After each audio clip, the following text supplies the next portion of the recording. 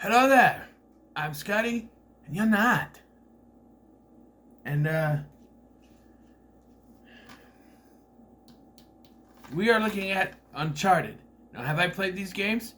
What? No. No, I don't own a PlayStation. All right, I have an Xbox.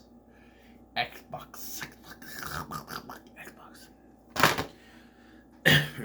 And there was a lot of controversy when this was announced to come out. Like, people were like, "Oh, an Uncharted movie, that could be cool." Fans of the game were like, "Yes, we wanted a movie," but video game movies are historically not the best of movies. Then it was announced that Tom Holland, Spider-Man himself, will be playing Nathan Drake, and everybody went, "Ugh," because he's a little young, you see. And then they announced Mark Wahlberg as Sully, and they went, because it's Mark Wahlberg, you see. So keep in mind, I have not played any of the video games at all. I have no knowledge other than the plane sequence which is in this movie. But I have not played any games. So I know nothing about the games. With that in mind, I did enjoy this film. I thought it was pretty good. I'm just going to say that I did like Tom Holland. I liked Mark Wahlberg because I'm a Mark Wahlberg fan. And I even like Antonio Banderas. Even though his character is a bit of a letdown, you cast Antonio Banderas to play a villainous character in your film and then kill him off so that this other character can be the villain.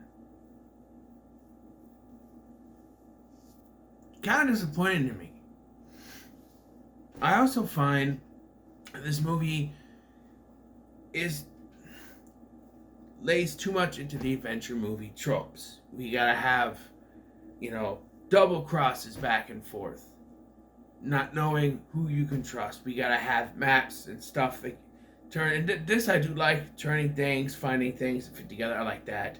But there are other tropes like the constant betrayal of each other, or the villain, the bad guys always finding them, even though it's very implausible for them to find them. Like, there's a thing at the end of the film when it's time for the end of the film. Nathan Drake purposely gives Chloe, is the character named Chloe, who keeps betraying him, the wrong coordinates because he knew she was going to betray him. So he gets together with Sully and they go find treasure, which means that no one else knows where they're going, and somehow the villain bad guy lady and her henchmen find them.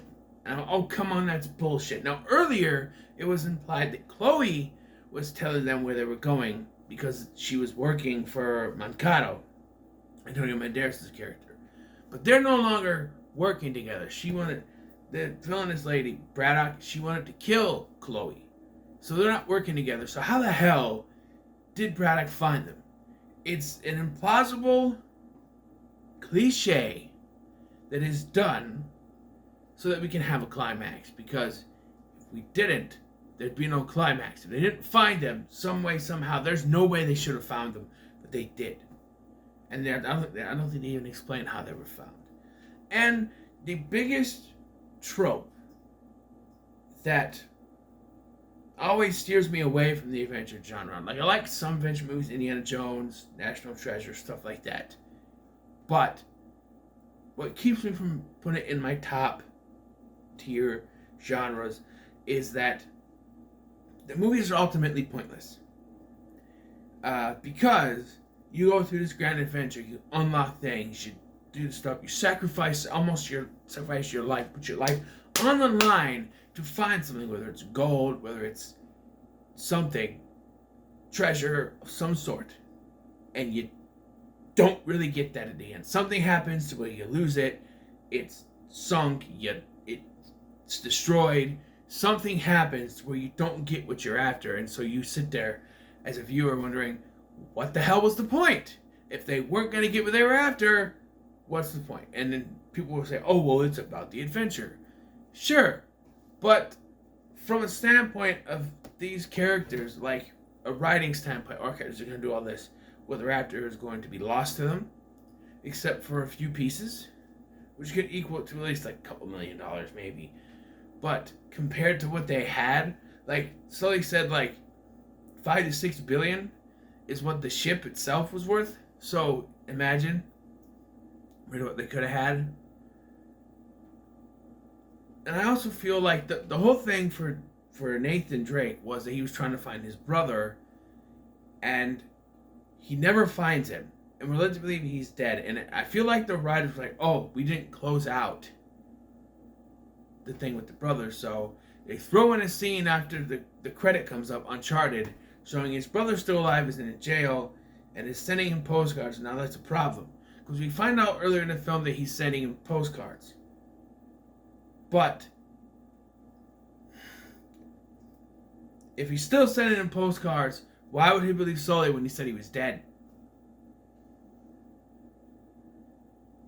It's kind of confusing to me. I don't know. But I thought Tom Holland was great. He's doing stuff, although it is kind of hard to separate him from Spider-Man. I'm just saying, there are times that he's talking to people, and I'm thinking, this is Peter Parker. No, it's not. It's Nathan Drake. It's Nathan Drake. It's kind of hard to separate him, because you're so used to him being Peter Parker for now 3 films. And I know this, that when they were filming this, he hadn't yet been in the 3rd film. But yeah, just, I don't know. And there's some good action scenes. There's a lot of CGI. People are going to complain. But people, you need to stop. Alright? I hear people talk about in reviews, oh, it's CGI. CGI is here to stay. It's not going anywhere. You need to stop getting butthurt over it. Alright?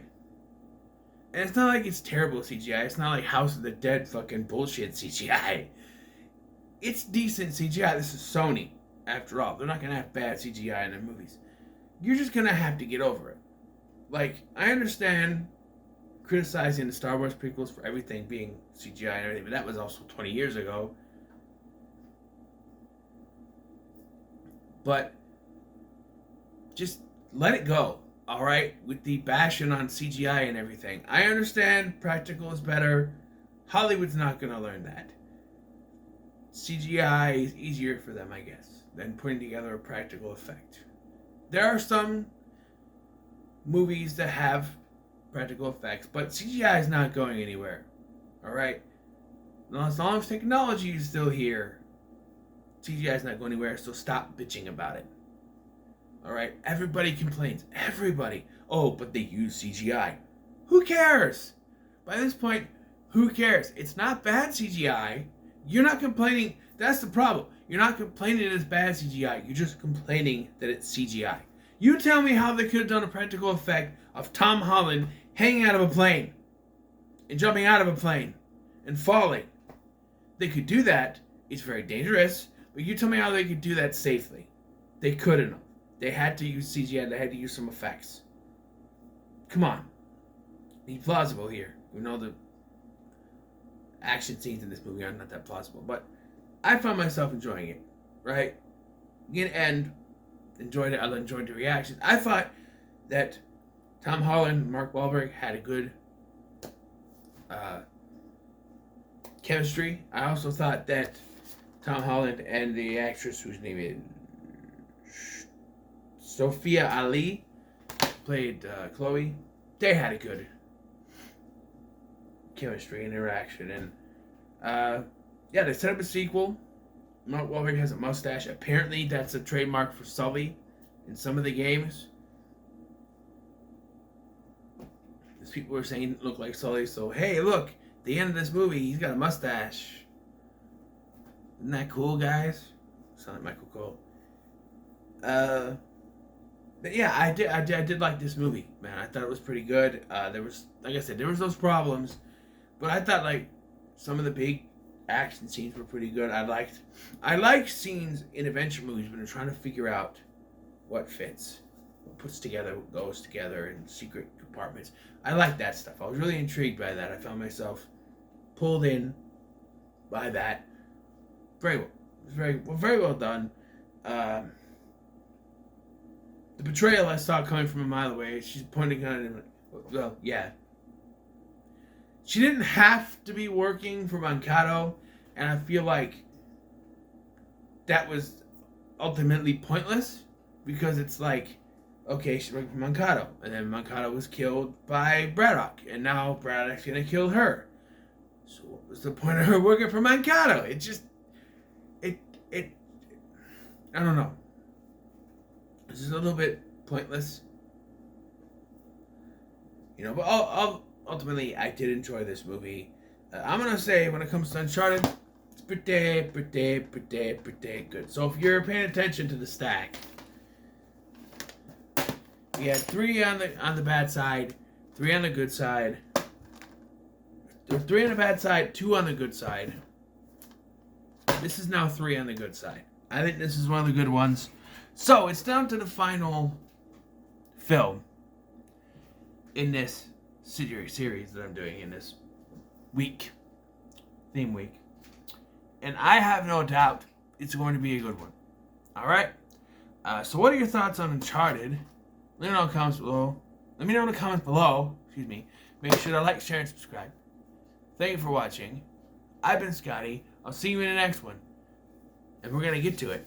I got an NXT thing on tonight. So if we're going to get to it, we got to go fast.